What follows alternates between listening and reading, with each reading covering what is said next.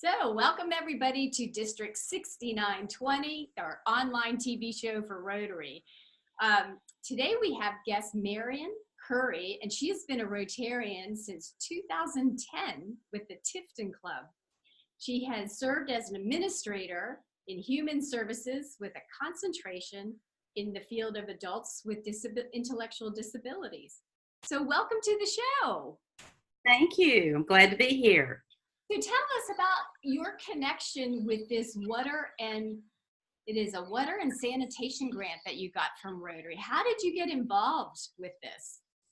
Well, I have a very good friend that I worked with for years who's a researcher from the University of Oregon, and he and his wife are Rotarians, and he'd been saying, Marion, you got to go with me.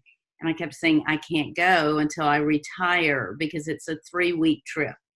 So I retired December 31st, 2016. I think he called me on January 3rd and said, here are the dates. So that started it. I thought it was a trip of a lifetime. Little did I know it'd be the first trip. How many times have you been to Uganda? I've been twice now, and I will be going back either this fall or in January of 2020. So it's about following up on projects that have been going for a while. It's about being with people in their villages and going to schools and meeting children and just getting to know the really, really amazing and wonderful people in Uganda. Wow, that is the beauty of Rotary, is we are so actually connected and doing good. So tell me about the project. How is it going to help Uganda? Okay, it's in the rural northern area of Uganda. It's in the sub-county of Yusuk, but it's called the Adachar region. And this is an area where people were in a camp for 20 years. Because of the rebels. It's close enough to the northern border that there were raids, and so people were in an evacuation camp for their safety.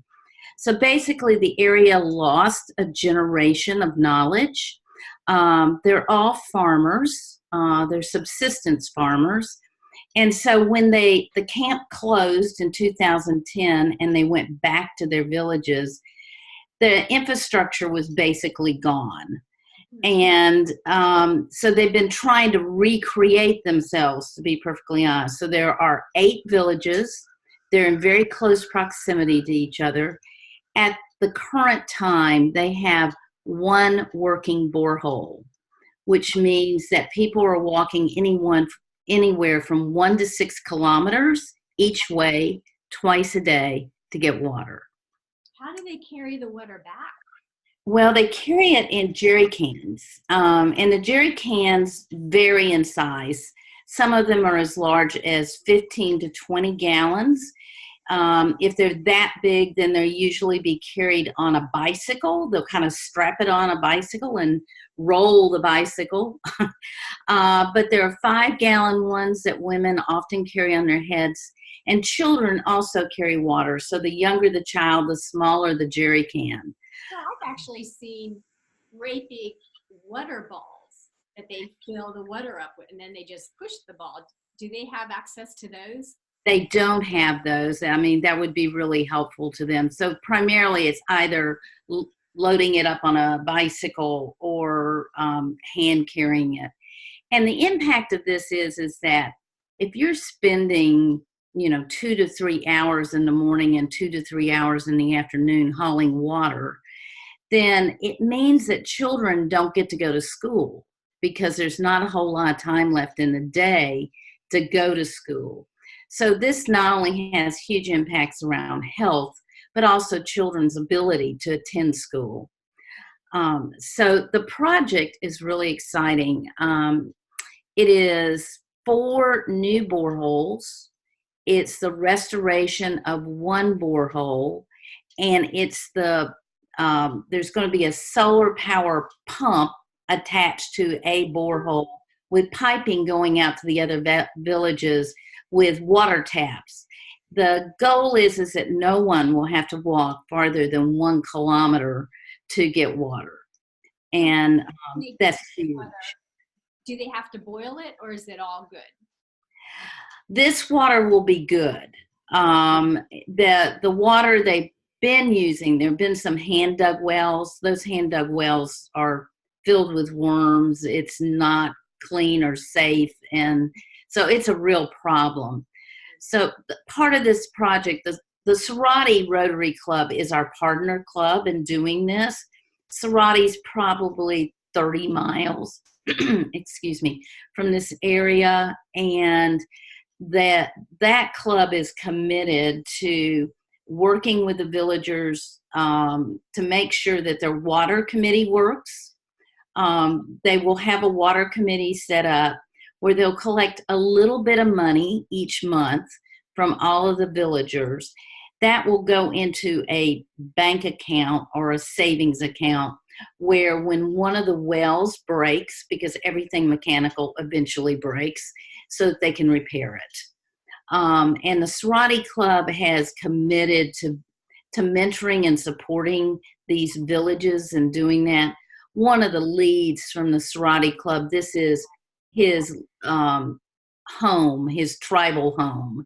And so he has a real commitment to the area and actually owns property in the area. So he's known and respected, and he's certainly inspired his other club members to be active participants. Well, water is hugely important for all of us on the planet. Absolutely. Absolutely. Yeah, when I'm there, I only drink bottled water, and you get real clear about how difficult life would be if you didn't have ready access to water. So for folks watching, Rotarians watching, and non-Rotarians watching, what can we do to help this project? Well, I'm very proud of the fact that our district has stepped up, and there are 8 clubs that are contributing to it.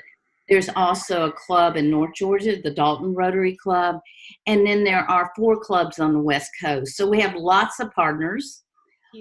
It's fully funded, but one of the things Rotarians and non-Rotarians from this area could do, I would love to have them go back with me when I return. When do you leave? I'm sorry. When do you go back to Uganda?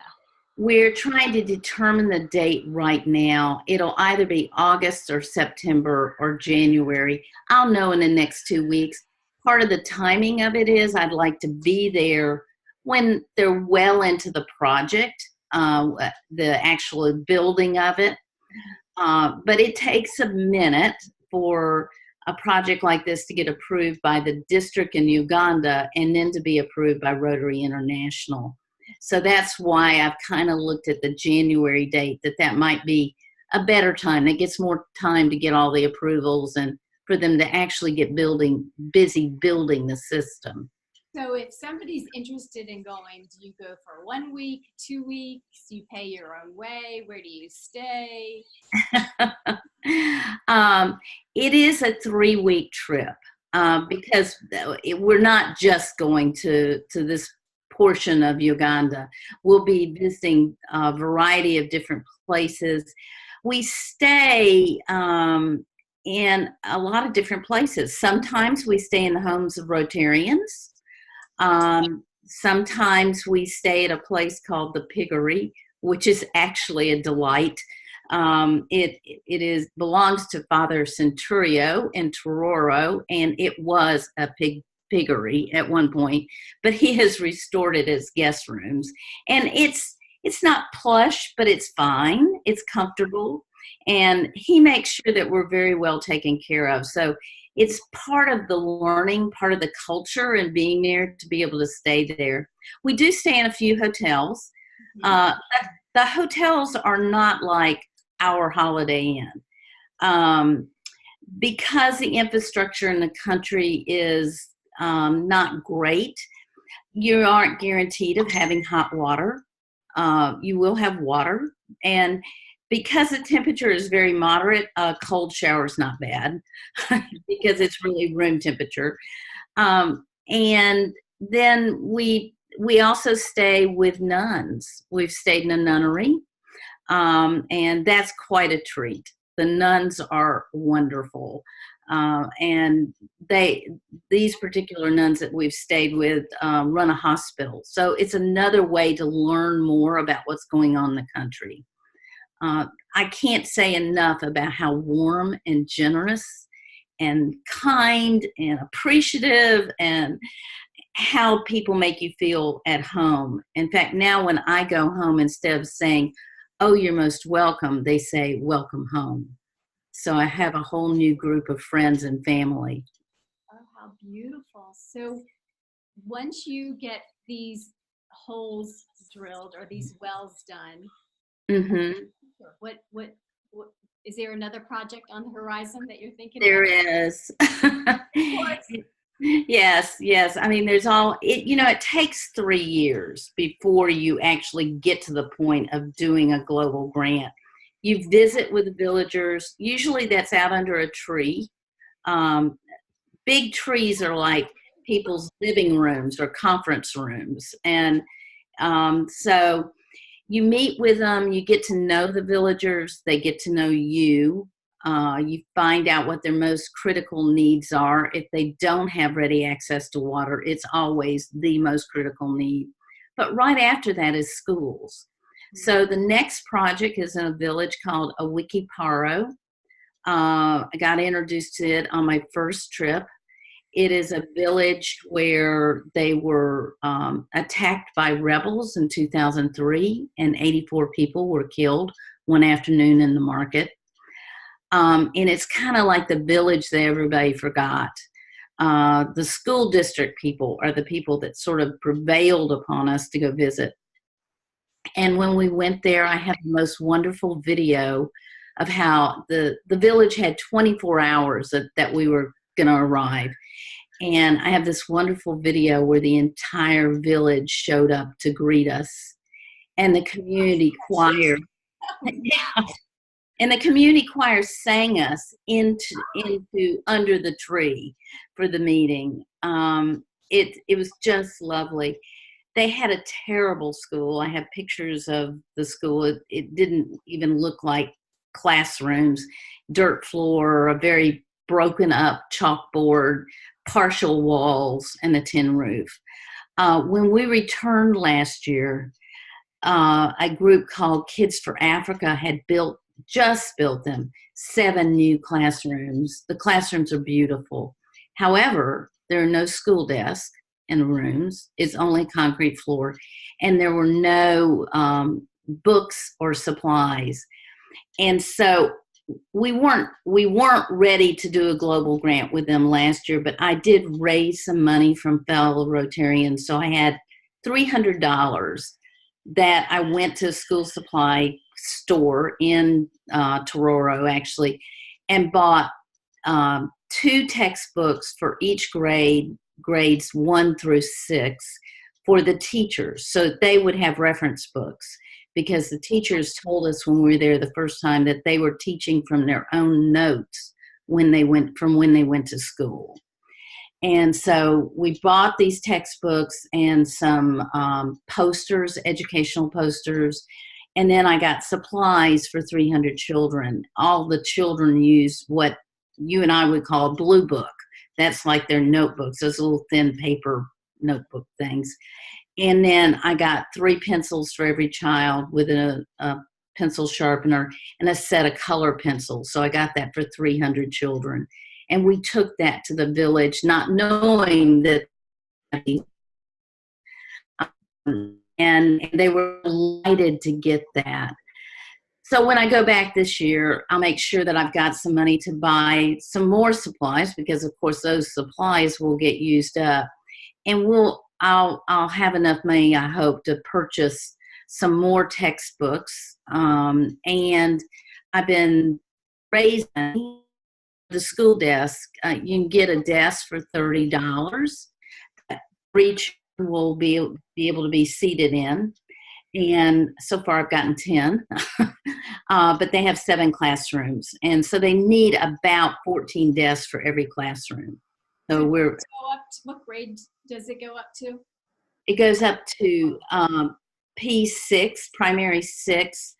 The Ugandan educational system is a little different than ours. They have primary 1 through 7, and then children have to test to be able to go to seniors classes, and senior classes are 1 through 6. So they have 13 years of school, but their university is only 3 years. So I might have some an idea of where you could get some university textbooks. Just the other day, Savannah Tech asked me if I knew of who we could give all these college textbooks, very basic college textbooks and history. And I mean, is that something that they could use? I would need to check. Yeah, I will. One of the problems in carrying things like books, the reason I chose to buy it there, is they're heavy. And you have weight limits when you're carrying things on the plane. But you know what's really cool? I live on an island called Isle of Hope, and there's the Intercoastal Waterway. And there is a whole system of boats that go down to the Caribbean every year. Each boat, carries a bunch of books. That's great. I mean, and it's not a Rotarian project. It's just a boater project. But I wonder if there's some way we could. I'll start exploring it and see what we might be able to do with that. Shipping things into the country is always very complicated, to put it mildly. So it's better to hand carry whatever you're taking. But I will start checking. They do have a national curriculum for those grades P1 through P7 and then senior 1 through senior 6. And the value of buying the books in the country is you're buying the ones that are approved with the national curriculum. Right, exactly. So, well, that's really cool. So if somebody's interested in going with you to Uganda next year, helping with this wonderful project, how can they get in touch with you? They could email me at marion.curry@gmail.com. And I would love to follow up with them and have a more in-depth conversation. That would be wonderful. So when I post this on Facebook, if you could put all that information below in the comments, that would be really great. And maybe even get that video that you had and put a link in that so people can see that too. Okay, you'll probably have to coach me on how to do that. Miriam, thank you so much for your service and to Rotary, and it is greatly appreciated. Well, thank you, and I get far more out of it than I give, I assure you. Absolutely. Okay, we'll talk to you soon. Thanks for watching, guys. Thank you. Bye.